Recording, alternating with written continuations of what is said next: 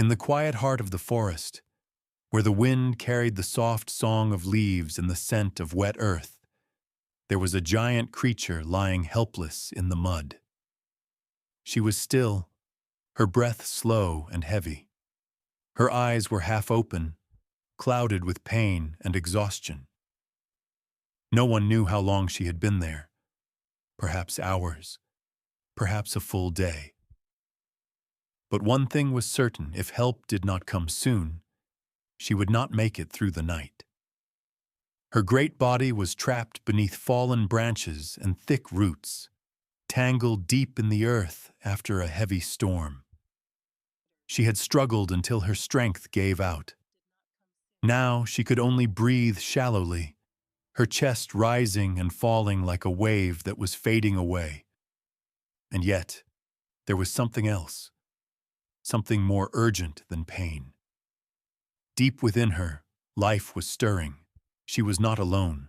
Inside her belly, the small, fragile hearts of her unborn young were beating. At dawn, the rescue team arrived. They came quietly, stepping through the mist with gentle voices and calm hands. At their head was Captain Aaron, a man whose life had been devoted to saving animals in distress.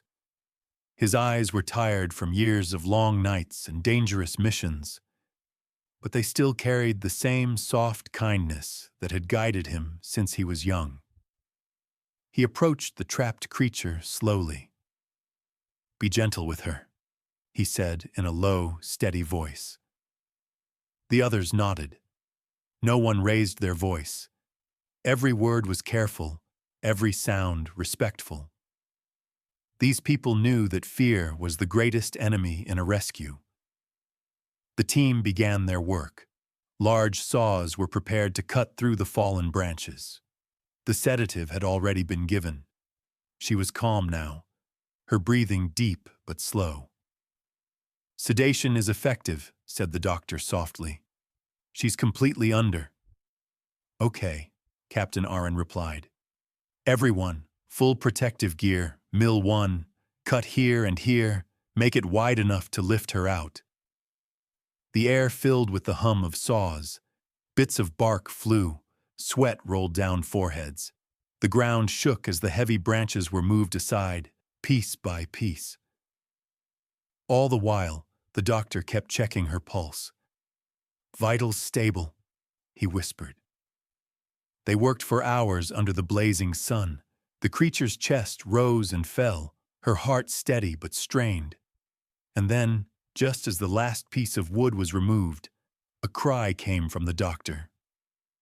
"Captain, you have to see this. You're not going to believe it." Captain Aaron hurried over, his boots sinking into the mud. "Is she worse?" he asked, fearing the worst. The doctor shook his head. "Not worse. Captain, she's pregnant. Heavily pregnant. And the stress, it's putting her into labor." For a moment, silence filled the forest. The saws stopped. The wind itself seemed to hold its breath. "She's in labor," the doctor said again, his voice trembling slightly. Captain Aaron's heart pounded. Moving her now could kill her. Leaving her here could kill the babies. There was no time to think, only to act. "New plan," he said firmly. "We're not moving her. Bring the full obstetric kit. Set up a sterile field right here." The team rushed to obey. White sheets were spread on the muddy ground. Clean instruments gleamed in the sunlight. Oxygen tanks hissed softly beside her massive body. "Clamps ready," said the doctor. "Lights steady. We have to do this now." The forest became a field hospital. Every movement was measured. Every breath mattered. Then it began. The doctor reached in carefully, guiding the first fragile newborn into the world. The small body was slick and silent at first, still and pale. The team's hearts froze. Then came the voice of hope. "Come on, little one. Breathe." A single cry broke the silence, a high, trembling sound that echoed through the forest.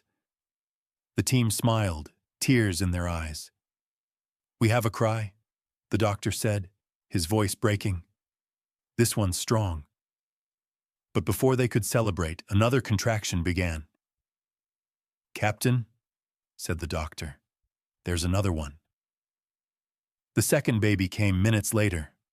Smaller, weaker, but breathing. The miracle was happening before their eyes. When it was over, both newborns were wrapped in warm towels. Their tiny chests rose and fell, fragile but determined. The mother was still sedated, her heartbeat slow but steady. "Vitals are holding," said the doctor. "She's exhausted, but she made it." Captain Aaron let out a deep breath. His hands were shaking. Around him, the team quietly wiped away tears. They all knew what they had witnessed. Something beyond medicine, beyond skill. It was a miracle born from compassion and courage. As the sun began to set, they prepared to move her and her newborns to the rescue center. Gently, they lifted her onto a stretcher, every motion careful and slow. "Everything's going to be all right," whispered Captain Aaron.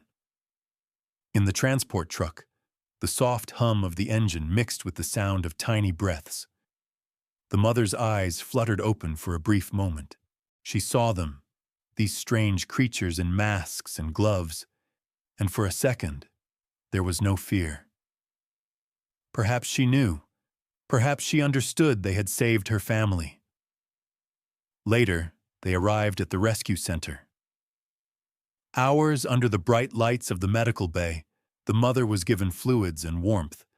The newborns were cleaned and placed beside her. "You're safe now," said Captain Aaron softly. Days passed. Slowly, strength returned to her. The babies nuzzled close to her side, drinking, squeaking softly in contentment. And then, one morning, she stood. She rose slowly, her legs trembling. The staff held their breath. For a long second she swayed, and then she steadied herself. She was standing tall once more. "She did it," whispered one of the rescuers. "She's really standing." Captain Aaron smiled, his eyes shining. "It's incredible, isn't it?" Soon after, it was time to reunite her with her firstborn, the cub that had been resting in another part of the center. The gate opened.